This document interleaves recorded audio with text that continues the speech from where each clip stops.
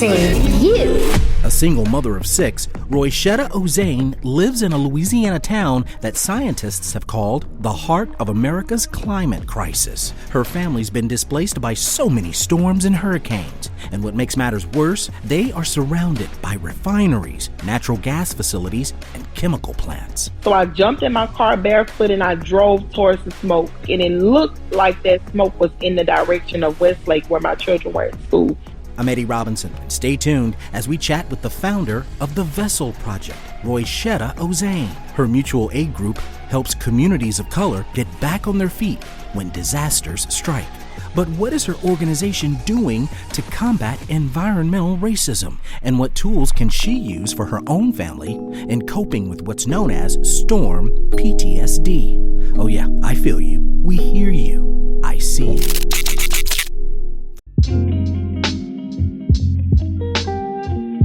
This is ICU. I'm Eddie Robinson, and we're speaking with Roishetta Ozane. She holds a number of degrees with experience in community outreach and clean energy. She's also a devoted mother who's passionate about climate change. As experts say, the state of Louisiana will only get wetter, hotter, and more humid in the coming decades. Roishetta lives near Lake Charles, Louisiana. It's a place that's experienced so much devastation from weather-related hurricanes and federally declared disasters, all of this amid major industry expansion and the increasing severity of upcoming storms in this region. Ms. Ozane leads an organization called the Vessel Project of Louisiana, a mutual aid and disaster relief group that offers up emergency assistance and services to help steer financial resources to those BIPOC members of the community. Ms. Ozane, first off, I'm a new dad and I'm about to pass out because of so much work that's involved. Yes. But you're the mother of 6 beautiful children. Yes. How on earth are you balancing local and regional matters pertaining to such a huge global crisis as climate change and still managing to take care of all your children, who I gather aren't quite old enough to take care of themselves just yet, correct? Oh, no. Well, some of them, according to society, may be because I have an 18 and 19-year-old. But, but they're all my babies. They all live here with me. You know, Eddie, my children are the reason why I do this every day. Each of them individually, there's 6 of them. There's 6 personalities, 6 attitudes, 6 different reasons for me to do this. And so for each of them, I continue to do this fight, and that's what gives me the strength and courage to continue to do it. So they're my why. They're my reason. Yeah, they're your why. And, you know, before we get into the what, as it relates to your formal work and responsibilities, as it relates to the Vessel Project and learning more about that initiative, let's go deeper. You know, why did you think it necessary for you to be a part of understanding how, say, infrastructure works, the impact on the environment where you live? You know, why was all of this so important for you to be involved with at the very beginning, at the very onset? What was there a moment that triggered an event that happened or an incident that happened that may have triggered something within you to do something about it? Well, I'll just say, and in honor of Black History Month, I just want to say that it's important for us to recognize, you know, the importance of environmental justice and the role that African Americans and other marginalized communities have played in fighting for environmental protection and equitable access to clean air, water, and land. And so as an African American mom, you know, an African American woman from the South, from Ruleville, Mississippi, the Delta of Mississippi, smack dab in the middle of the Delta, right on the intersection of Highway 8 and Highway 49, at the intersection of the Mississippi Blues Trail and the Mississippi Civil Rights Trail, right at the intersection of where Emmett Till was killed, where Fannie Lou Hamer was born, raised, and grew up. My name is Mrs. Fannie Lou Hamer. Where B.B. King sang the blues. It's in me. It's deep in me. It's in my soul. This is what I bleed every day. And so there was no other way around it. Everything great comes out of Mississippi. and everything bad comes out of Mississippi. As we know, that Mississippi River flows long and it flows deep, and there is so many injustices that go along with the flow of that Mississippi River. And so when you think about BIPOC, Black, Indigenous, people of color community, and I don't like to say predominantly Black because we know when we say predominantly, it means all Black That's communities right. and how they're impacted. And being a mom with these children growing up in this world who is steadily fighting, as Black people, we had to fight for our rights to be free. Then we had to fight for the right to be recognized as human beings. We had to fight for the right to vote. We had to fight for the right for clean air, clean water, health. We had to fight for so long and we're still fighting. But in this month of February, that's supposed to be dedicated to that marginalized group of people, African Americans, we're still fighting in 2023. And I felt like I am my ancestors' wildest dreams. And so I felt like I was more radical and I was going to take things at a different approach and be the voice. I wasn't going to just ask for a seat at the table, but I was going to actually use that seat at the table and use my voice while sitting at that table and bring other people to the table with me. And that's what I've done. And it's not been one event, it's been a series of events. We all have experienced several different traumas and tragedies in our lives. I could talk about the fact that I was married to an abusive man for 17 years, who was the father of my children. I could say that led me here. I could say that the hurricanes that we've experienced and the losses that we've experienced at the hands of the hurricanes has led me here. Or even the fact that I live here in Lake Charles, Louisiana, that's surrounded by industry. But at the end of the day, it's an intersection of issues that are all connected. And at the center of those issues, the problem is race. And I just happen to be Black. Miss Ozane, there's a line in the movie Soul Food with Vanessa Williams, Vivica Fox, Nia Long, where the actress who played Big Mama, Irma Hall, who's from Beaumont, if I'm not mistaken, she had a line in the movie. Now, I'm going to tell you something. One finger pointing the blame don't make no impact, but you ball up all them fingers into a mighty fist and you can strike a mighty blow. Ooh, gives me chills. Yeah, right? I mean, that's a great line. And she continues to say, this family has got to be that fist. My question to you is, why is it that when it comes to environmental issues, issues related to energy, issues related to water, infrastructure in some cases, the environment, how come Blacks seem to be reserved or a bit cautious when it comes to challenging or making known that something's not right? I mean, do you think that they, might view these tasks or issues too big to fail, that they may be in a situation where someone or some company may retaliate by charging them or raising their rates within a given month?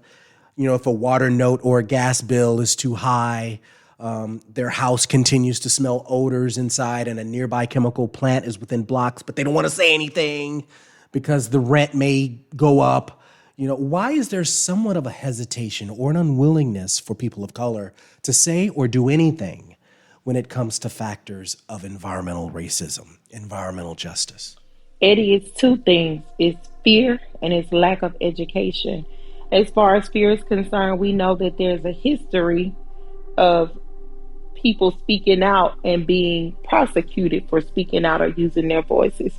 We can look at Dr. King, we can look at Fannie Lou Hamer, we can look at Rosa Parks.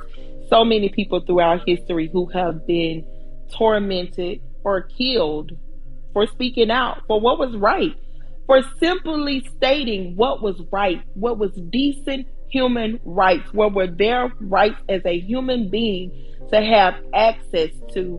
They were murdered, killed, tormented, taunted for these things. And so that history is in us. It's not far removed. We remember it. That's the reason why they don't want critical race theory in schools, because they want us to forget it. But there's no way to forget what you breathe every day. It's in our souls. It's in our bones. The ancestors whisper it to us every day. So there's no way that we can forget that intense history of racism and biasness and prejudices.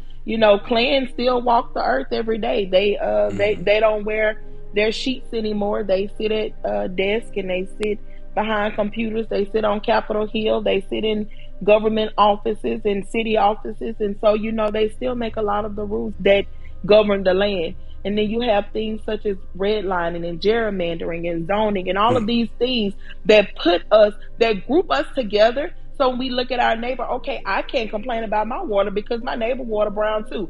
But my neighbor also looks just like me. The one next door to me, the one across the street. Okay, all of our water is brown. It must be a city issue. No, everybody in this community's water brown because y'all all look alike. And that's why the line is over here for your water to be brown. But if you go across town where it's whiter and wealthier, their water isn't brown. And so it's just getting us out of that, educating us. And that's why I have these community meetings. And during these community meetings, I try to offer education. And if you look at my social media, you'll see that I post things that are educational to community members that are in layman's terms. The way that government has set up to educate us about the things that impact us is in a way that the normal person can't understand. We're not lawyers and doctors, and we don't write all of these laws and don't understand them. So I try to break things down to simple terms so that you understand those things that are impacting you. But also, the other issue is that the reason why there's a lack of education is because we're too busy putting out our own fires. If I can't pay my rent, if I don't know what I'm going to eat tonight, that's right. If I can't pay my light bill, I don't have time to focus on what's going on around me, especially if it's something perpetual, like something that has to be voted on or something that's not even approved yet. I don't care about that. That thing is not here. It's not in front of me. It's not affecting me right now because right now all I care about is paying my rent today. I care about feeding my children today. I care about paying my light bill today. And so until we can make the people in those communities whole and put out their individual fires, they will never be able to focus on what's going on around them. And so again, it's a complex issue. And at the end of the day, it's all systemic things that have been set in place to keep marginalized people marginalized. Yeah. The Vessel Project of Louisiana. We are the Vessel Project. Vessel Project is a mutual aid grassroots organization that was founded in the Highway 14 Walmart parking lot on Valentine's Day of 2021. Yes, we were founded on the principles of solidarity and with an understanding that, the government systems were not put in place to meet all of our basic needs, such as emergency shelter and things like that. We know that there are processes in place to be able to get that sort of assistance. So Dominique and I wanted to start an organization where we could meet people's immediate needs without so much red tape, and we could control where our funding was going. Tell us more about this organization that you founded and why it's so important to you. So the Vessel Project of Louisiana is my small mutual aid organization that I founded for the very reason I was just stating. I cannot help a community that is in such great and dire need. I founded this organization in the aftermath of several natural disasters that had occurred in Southwest Louisiana. Lake Charles, Louisiana, getting over a foot of rain in just 24 hours. A horrible year. And this is not a bad dream.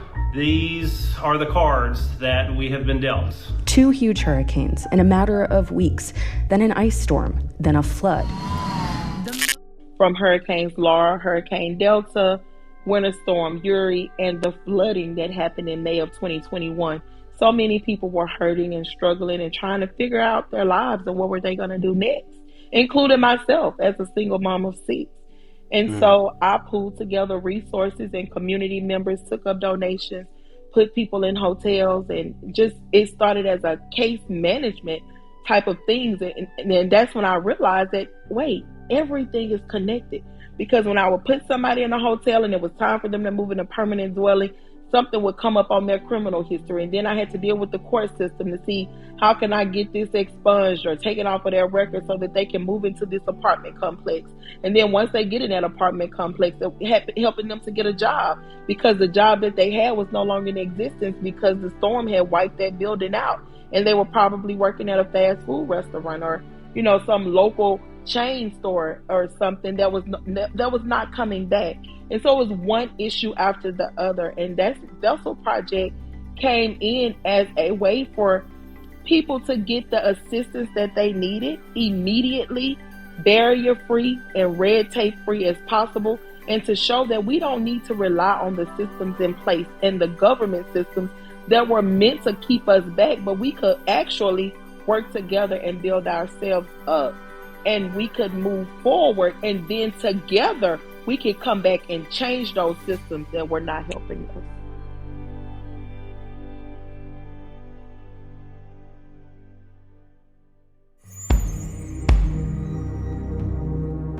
Coming up, we'll chat more with Roishetta Ozane as she describes in detail her organization, the Vessel Project, and how they're able to help residents during disasters. Plus, what happens when she's had to confront or found herself in a face-off with an industry executive, a state political leader, or an agency official in D.C.? How does she handle herself in those types of situations? I'm Eddie Robinson. Our second segment of ICU comes your way in just a moment. We'll be right back.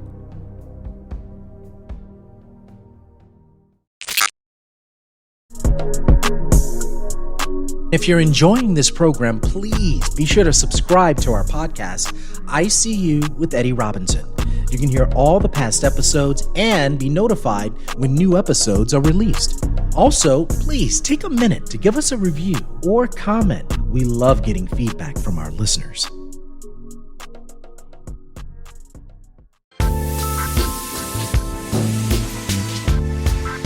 You're listening to ICU. I'm Eddie Robinson, and we're here with Roishetta Ozane, the founder of an organization that helps steer resources, financial resources, to those people in need, especially during disaster relief.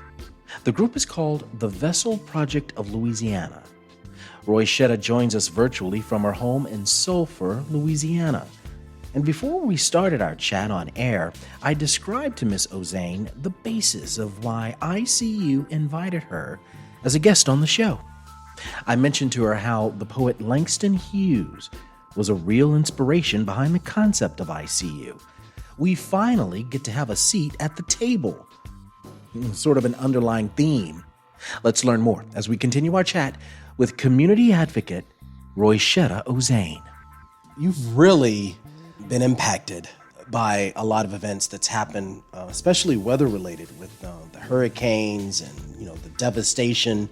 If you can kind of give us some insight into, what has transpired in your life and how it's impacted you, not only physically and, with your family and everything, but also emotionally and mentally. Whenever Hurricane Katrina hit, I was working at the casino here in Lake Charles, and we invited those evacuees from New Orleans to come to Lake Charles to stay at the Harris Casino. And I immediately began helping with those evacuees, not knowing that a few weeks later we would be hit by Hurricane Rita. And so when we were hit by Hurricane Rita, I lost everything. And me and my family moved back to Mississippi, where we were from, and I joined the AmeriCorps program. I did AmeriCorps for 3 years. And while in AmeriCorps, I did Habitat for Humanity. We helped with hurricane victims. And I also did other small community efforts in various BIPOC communities in the Mississippi Delta. So I decided to come back to Louisiana. When I came back, Hurricane Harvey happened in Port Arthur. I helped with that cleanup and helped the people there. Port Arthur is very close to us here in Southwest Louisiana. Mm-hmm. And then soon after that, a few years after that, here we are in the midst of a global pandemic, and we're hit by two major hurricanes, Laura and Delta. And again, me and my children lost everything. Ended up staying in a hotel in Houston for a few months and figured out that FEMA was not set up to help us. FEMA needed and required too many things from people who were hurting and who had lost so much and could not grasp how to figure out how to give them what they were asking for. And so I started helping people just on the side, helping people fill out their FEMA applications and help submit appeals and different things like that. And so I finally just said, okay, I'm going to move back into my damaged home with my children. Kind of sectioned the house off. We closed off the rooms that had mold. They had put a blue tarp over the roof where the hole was and boarded up the door. And so me and my 6 children were living in only half of the house until we were able finally to get a FEMA trailer. And just through my own struggles with that, with the system and my children, and feeling helpless and hopeless and living in my van and living in a hotel with 6 children, I didn't know if I was going to have a mental breakdown or what, because, I love my children to death. But when you're put in a place where it's just one room and all of these people are looking at you like, what are we going to eat? Where are we going to go? What you're supposed to be saving us. And I'm looking like, who's supposed to be saving me? And I just had to come out of it and start figuring out how to help my children, and how through helping my children, I could help other people. With the Vessel Project of Louisiana, what's been the reaction? What are you seeing? The reaction to the Vessel Project has been amazing. I like to say that mutual aid is mutual. And the reason why it's called the Vessel Project is because Roishetta Ozane, as a single mom of 6, cannot afford to save the world, okay? And so I'm just a vessel through which blessings flow out into the community. People pour into it, and I pour those things right out. And so it has been amazing. Every time there's a need, that need is met immediately. I just posted on Facebook 2 days ago, I had a paraprofessional, which is an assistant teacher, who reached out and needed her light bill paid because they were going to disconnect her lights on yesterday. Posted it, and I'm telling you, within 2 minutes of the post, the need had been met. It was $400 approximately. And one individual sent the whole amount to my Venmo, and I immediately paid that teacher's light bill. And I'm very transparent. I show what the need is. I show when the need has been met, and I show how the need was met. And so people like that system. But what I realized in working like this is that bigger organizations, even government organizations, said, well, Roishetta is going to save them, so we're going to send them to her. So I get a lot of calls that come from, hey, my FEMA caseworker told me to call you, or my state worker said call you. And I'm like, well, they have the money, I don't. So ask them where I can apply for some money from, and of course I'll help you, because I'm just a small mutual aid organization. I'm not a big NGO or anything. It's just me. I don't have a staff. And I do this 24/7, because anytime somebody calls with an emergency, I answer the call. I like to be the last call they have to make. You shouldn't have to call anybody else to assist you with your emergency once you get to the Vessel Project. And so I've been able to foster some good relationships, and other organizations have re-granted money from grants that they've gotten because they're bigger and have bigger budgets. So they have access to larger grants, and they'll re-grant some of that money back to me. I mean, the Power Coalition of Equity and Justice here in Louisiana, which is an organization out of New Orleans, they have been very instrumental and helpful with me with the Vessel Project, the Louisiana Bucket Brigade, the Sierra Club, several organizations who look at me and say, you're doing the work that needs to be done. Here is how we want to help you. And that money immediately goes right back into the community. So this is personal, right? This is personal to you. This is something that you felt like, if not me, then who? Right. And I know that's also a mental health thing, but we're not going to get into that, because there's other people who could do this too, right? And is there a monetary struggle sometimes, where, there's not much financial, resource to go around everyone? Is there a need there with the project that you're working with? There is. And, I wouldn't say this if it hadn't already been publicized, but a lot of the times when I don't have the money in the organization, then I take my money and I meet the need. And so I've been known to put things that I need to the side in order to help other people. But I just feel like things are fleeting, right? Things, after so many disasters, you learn that you can live without things, and things go and things come. But as long as we have life, as long as we have those essential needs met. And so that's what I do. It's kind of like, ebb and flow. Sometimes I have a little money with the organization. Sometimes I have a lot of money, and I can help more people. But when I can't help you, you don't get a no. It's, okay, let me get right back to you, and they can attest to the fact that I'm coming back, and I always come back and I always help as soon as I can. That mental peace, it is a struggle. What do you say to people, especially those in Louisiana, in the Deep South? What hope do you give them? Well, I have a line that I like to say is, no one is good until we're all good. But you said something at the beginning of this interview about Langston Hughes, and what you don't know is that I've always been a poet fanatic, and I write poetry myself. And so taking a line from that very same poem that you have fashioned this radio show after, I too, I tell them tomorrow I'll be at the table when company comes. Nobody will dare say to me, eat in the kitchen then. And so tomorrow, who is it gonna be? Who issue will be at the table tomorrow? Who will I be fighting for tomorrow? You never know who it's gonna be. It might be you, it might be your children. So we need to solve these issues today. No one is good until we're all good. And so I'm not doing this for me. I'm not doing this just for my children, but for all of us. And it's better when we do it together. And so, like you said, people are desensitized. People are like, oh, I don't live there. Or when the hurricane is over and it's kind of settled down, people stop giving. All of the vans pull out. The water stops flowing. Everybody likes to come in the community and hand out bottles of water after the hurricane. But it goes away. And people forget that it takes years for a community to recover after those type of disasters. And, people go back to living their lives. And so I continue to tell them, it may not be your fight today, but it could very well be your fight tomorrow. But if we change this system today, then you won't have to fight tomorrow. So how do we change this system?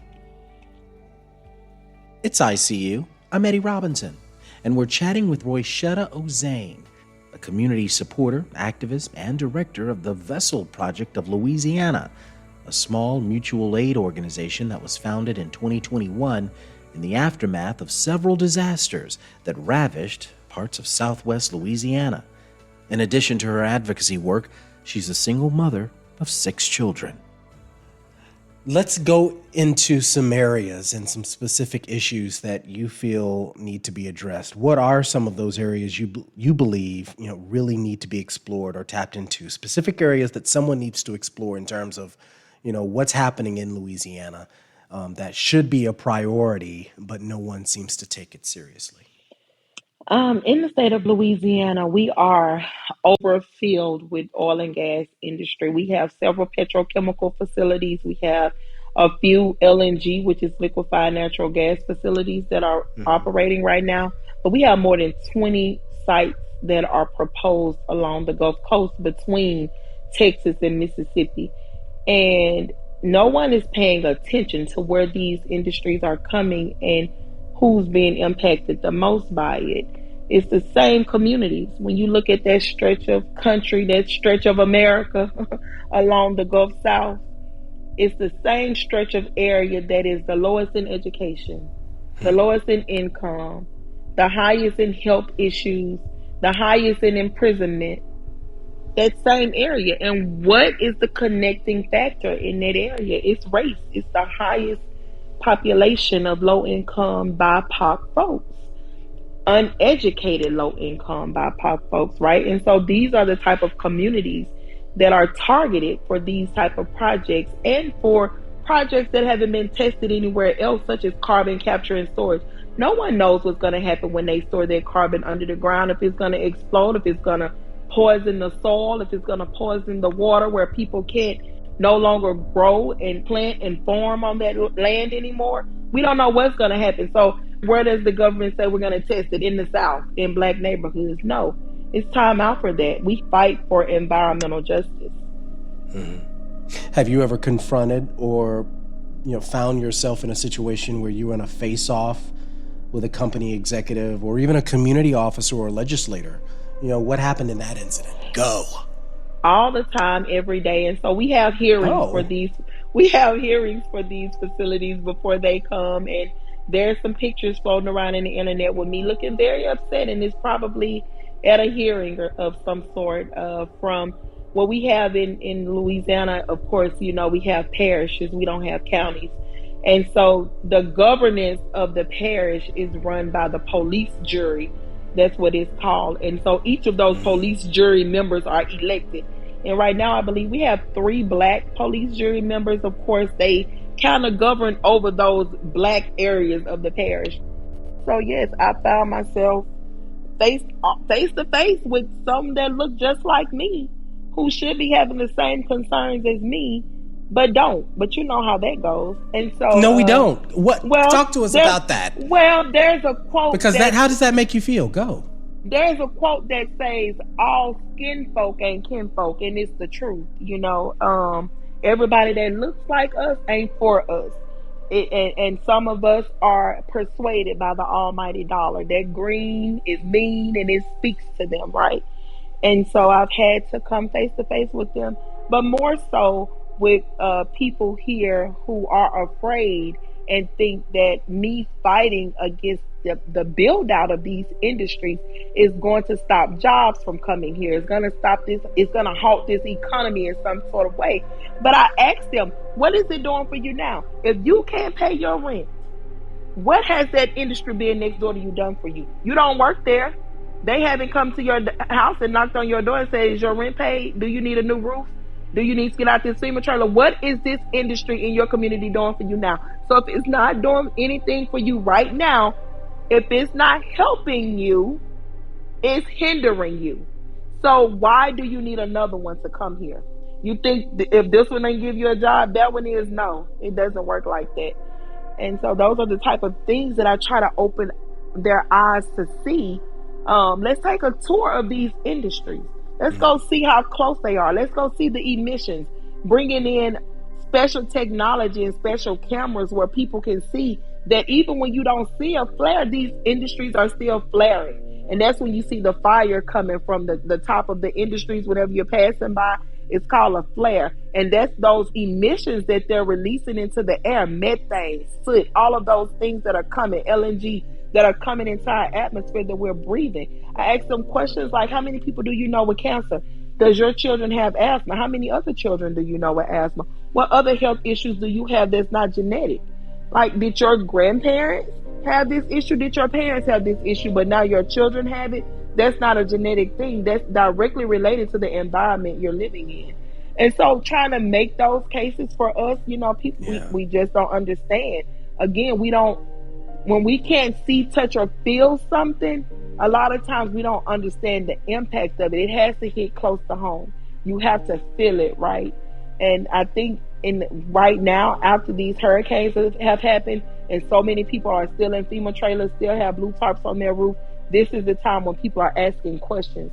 So right now, where we are after these disasters, people are starting to ask questions about why these storms were so intense and why they happened so close together.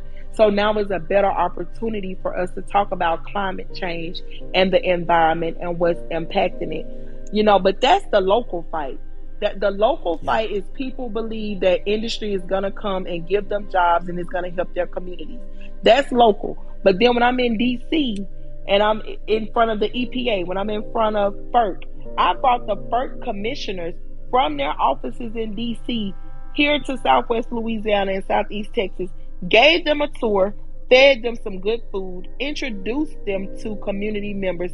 They sat and they conversed with them, ate with them, gave speeches, and they still went back to DC and they approved Commonwealth LNG, which is a massive LNG facility. Now, FERC is a Federal Energy Regulatory Commission.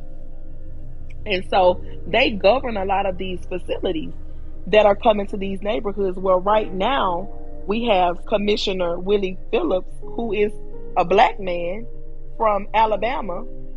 So he's a black man from the South who grew up near industry, and he should relate with us, right? He should understand what we're dealing with. And so we're going to put pressure on him to stop the build out of these industries. And we're going to show, you know, who cares about us?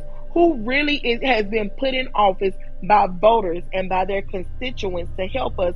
Who's really going to keep their word when it comes to using their power to impact change on these communities? And so he's up right now. What's been his reaction, if any? He's always said that, he's there as a voice for BIPOC frontline communities from the South. But again, he proved otherwise when he was one of the commissioners who voted to approve Commonwealth LNG. He could have said no. With 4 other votes, it was going to pass anyway. So even to save face with them, if you would have said no, we would have taken, that would have been you giving us your word and sticking to it. And it would have passed, and we would have said, well, it wasn't because of you, because you said no, but yet you went with the majority and you said yes, and you voted yes on it. Some of these places have been in these situations since the 80s. I mean, perhaps even earlier. Right. When we look at the time like that, Eddie, Yeah. I like to say, as Black people, we've always been in some sort of fight, like I was saying earlier. So when we were slaves and we were out there in the cotton fields and in the fields picking cotton, doing whatever, there was somebody there that was picking that cotton who had the thought that one day I'm going to be free. And that person continued to pick that cotton, but they continue with that thought of, I'm going to be free one day. There was also several people who thought, we'll never be free. Oh, this will never work. We're going to be picking this cotton forever to the day we die. And they probably died like that. But that hope of that one day we'll be free, that came to fruition because somebody believed that we could be free one day, and they fought for our freedom. And that's what we have to continue to do. We know we've been here a long time, and we've had several fights. And a lot of these fights that we've had to fight have looked like we were never going to win. It's always looked like the odds have been stacked up against us. They've always had more money. They've always had more power. But we have won several fights. We shouldn't still have to be fighting in 2023, but the reality is we are. And until more of us are at the table, more of us are in positions of power, and more of us from frontline marginalized communities are at the table, then we're going to continue to fight. That's why we have to raise up these leaders. That's why we have to support organizing. Organizing is what's going to get us out of this. Organizing within our community. Bring people together, educating them, getting them to run for office. That's how we're going to change and make these changes that are going to be long lasting. And we're going to win this fight, but we're going to have to win them one fight at a time. And we're going to have to win them together. Yeah, it's that soul food fist that I mentioned earlier. Organized efforts, striking a mighty blow. Good point. Coming up, we wrap up our chat with community advocate Roishetta Ozane.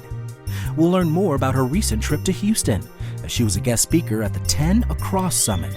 It's a conference where thought leaders and experts share insight and discuss solutions related to infrastructure, climate change, and notions of equity. Plus, we'll have a conversation about storm PTSD, where survivors of life-changing natural disasters face an increased risk of developing anxiety and depression of future storm-related events. What's being done to address these challenges? I'm Eddie Robinson. A final segment of ICU happens in just a moment. We'll be right back.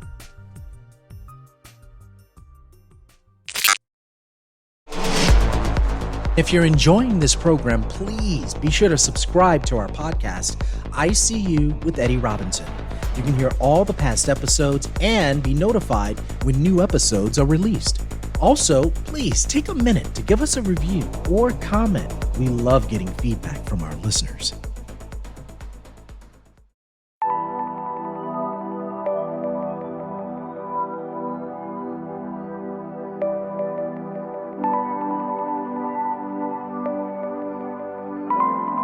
It's ICU. I'm your host, Eddie Robinson, and we're chatting with Roishetta Ozane, founder of the Vessel Project, a grassroots mutual aid group in Southwest Louisiana. Roishetta has been an outspoken critic of the expansion of export facilities for liquefied natural gas in the Lake Charles area. She fears that air quality and emissions from those facilities and other industries, mixed with worsening storms and hurricanes, will continue to destroy the climate. And so she's raised money, organized food drives, and helped residents and neighbors from across the region navigate federal agencies to get the relief that they need when disasters strike.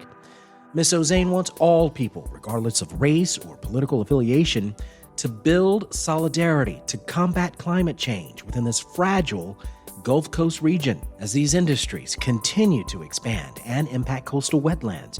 Small towns and cities like the area where she's from remain vulnerable to bigger storms and rising seas.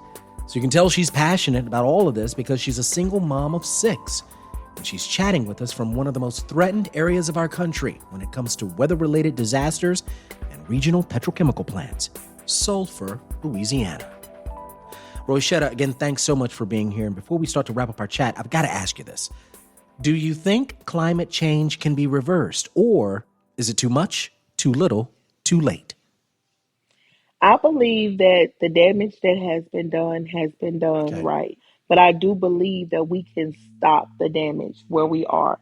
So I always like to use the scenario of an ant farm. You know, if you've ever seen an ant farm, it's in that clear glass aquarium, and there's several ants in there, and they're moving along doing the work, and they're building up the piles within it. But as soon as it tips over, those ants run out. They're like they're immediately free, and they start running out of that ant farm, and they're going every which way. So do you chase after the ants that are running away, or do you turn that ant farm back over so no more ants get out? You're going to turn it back over to stop more ants from getting out before you chase the ones that are out, right? Mm-hmm. And so that's what we have to do. We have to stop what's coming, stop what's proposed before we can go out already here, because what's already here is here. That damage is done. But if we continue to bring more here, and we continue to pollute, and we continue to build on our wetlands, and we continue to build in our waterways, we continue to pollute it, we are never going to rid ourselves of the problem, because we're going to just be piling a problem on top of a problem. We have to first stop it. We have to create laws and stronger rules and stronger regulations to ensure that these type of extractive industries and facilities and these major polluters don't come here. Once we can do that, then we can go after the ones that are already here. And so that's the fight in Louisiana. We have so many proposed when we already are overflowing with them. So where are these new ones even gonna go? You know, the fact that our coastline is diminishing, the fact that land loss is real, the fact that they are building on our wetlands, which is our natural storm surge protection, is real. The facts are there. The proof is in the science. And until we can look at those numbers and see how we're being impacted by it, it's never going to change. And so what can we do? We can use this land the way it was intended to be used. Louisiana is a sportsman's paradise. Let's fish more. Let's hunt more. Let's use green spaces more to plant trees, to make community gardens, to plant and grow our food, you know, to enriching our soil. Bring in renewable solutions, renewable energy, wind energy, solar energy.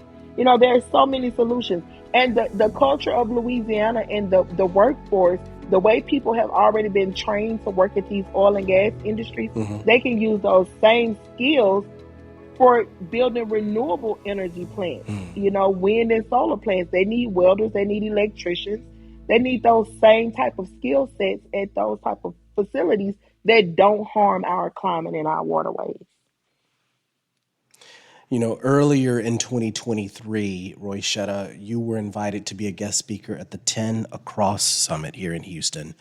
It's a massive conference where community leaders and researchers along the I-10 corridor address issues related to infrastructure that impact not only the southern part of the United States, but also the entire country. Like Roishetta Sibley Ozane, who is the founder, director, and CEO of the Vessel Project of Louisiana. And for those who might be listening to the show, say in Germany, the Interstate 10 corridor is a stretch or a body of freeway from Los Angeles to Houston to Jacksonville, Florida, and all the many places and areas in between. And so since all these cities and municipalities across the I-10 corridor face similar issues, especially as it relates to weather and the environment, organizers of this event felt the need to join forces with other organizations to deal with those issues and try to come up with solutions. Areas like energy, commerce, land use, issues related to equity, like you've mentioned throughout this episode, failures around race, failures around ethnicity, failures around class. All of this was discussed at this conference called 10 Across. Roishetta, what was a huge takeaway for you from this summit? A huge takeaway from this summit for me was, first, is that they're listening to me, because I was the person in the room. I always said that we need more people from frontline and fifth line communities to have a seat at the table. But also, there wasn't enough of me in the room. We need to bring in the people of these communities that are impacted, because the people closest to the problem are the people closest to the solution. So if we're really and truly trying to find equitable, just solutions, we need the people who are impacted to be there to help guide us.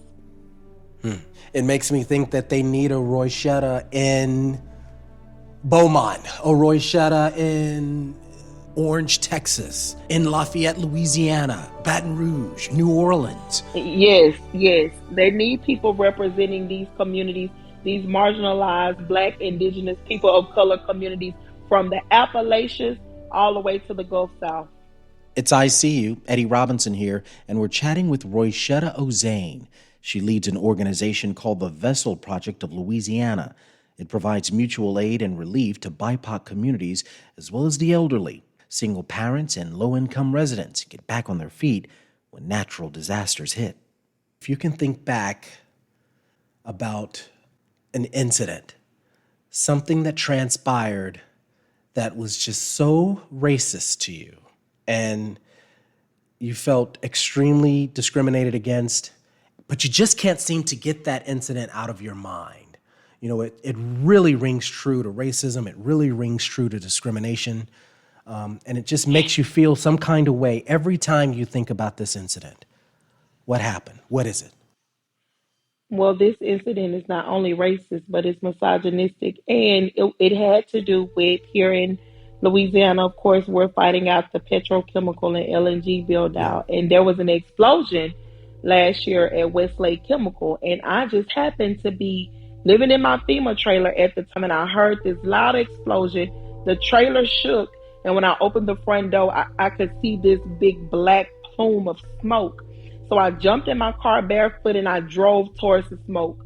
My children were at school in Westlake, and it looked like that smoke was in the direction of Westlake where my children were at school. The explosion happened just before 11 o'clock this morning. Now that caused nearby schools to go under precautionary stay in place just in case of possible toxic fumes. So I drove to that plume of smoke and I started going live on Facebook and just telling people what was going on. Ultimately, there was an explosion at Westlake Chemical. People were hurt. There were several ambulances, several emergency personnel on the scene. There was a shelter in place. We couldn't leave the community.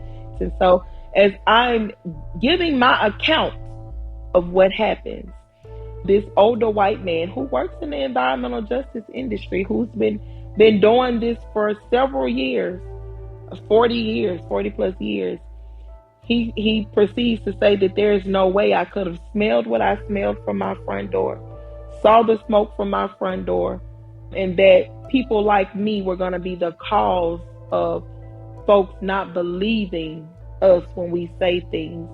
And I had to show him my live video from Facebook.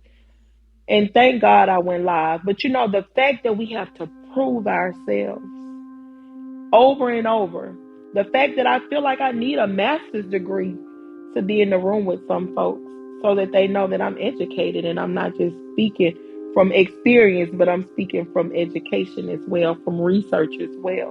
The fact that I feel like I have to be a certain way or stand a certain way or look a certain way.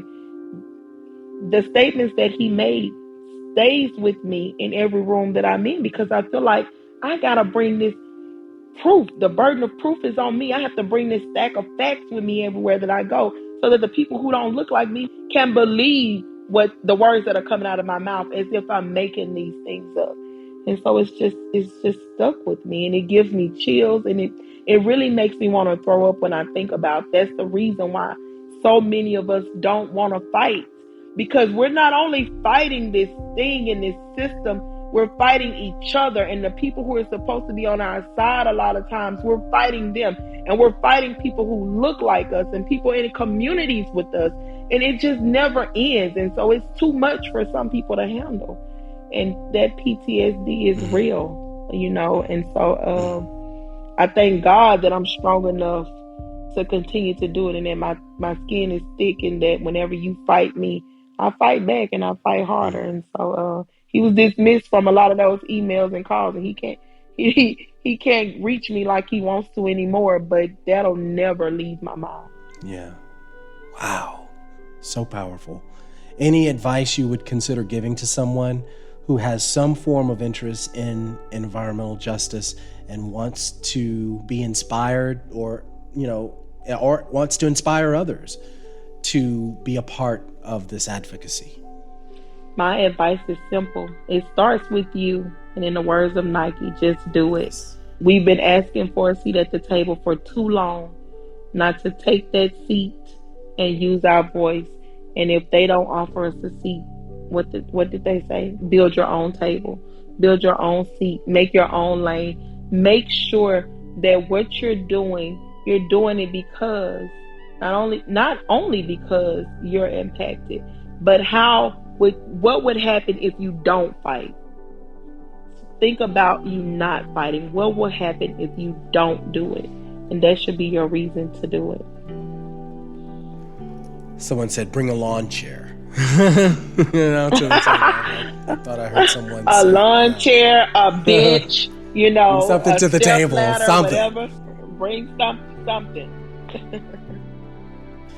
Of all that you've experienced, what you've had to endure, what your family has gone through, what you've had to acknowledge and address through your organization, Vessel Project of Louisiana, what life lessons have you learned about yourself thus far? I've learned that, again, like I said at the beginning of this call, when I say if not me, then who, I've learned that has everything to do with my mental state. I feel like I do it because I have a need and a desire to be safe, and for my children to be safe, and a need to feel at home and to feel like I belong. And so I know that has everything to do with my mental space, because there are other people who could do this, but there is something that's keeping them from doing it. So what is it that's me that I could pass on to you to make you want to do this, to fight like this? And so I continue to, battle with that, struggle with that, try to figure that out and pull that out of me. That's what I've learned about myself. I always want to make things better and try to figure things out. I'm an empath, and so I take in all of your worry, and I want to solve that for you, because I want you to be able to be the best you can be. And you can't be the best you can be if you have all of these struggles that you're dealing with. How can we collectively solve that problem so that you don't have to deal with that, so that you can go out and save the world? She's the mother of 6 and saving the world. Also the founder, director, and CEO of the Vessel Project of Louisiana, a mutual aid organization that provides emergency assistance to some of our most vulnerable BIPOC community members. Roishetta Ozane, thank you so much for being a guest on ICU. Thank you again, Eddie. Our team includes technical director Todd Holzlander, producer Laura Walker, editors Mark DeClaudio and John Mitchell Good. ICU is a production of Houston Public Media. Follow us on Instagram and Twitter, and subscribe to our podcast wherever you listen and download your favorite shows. I'm your host and executive producer, Eddie Robinson. And I feel you. We hear you. I see you. Thanks so much for listening. Until next time.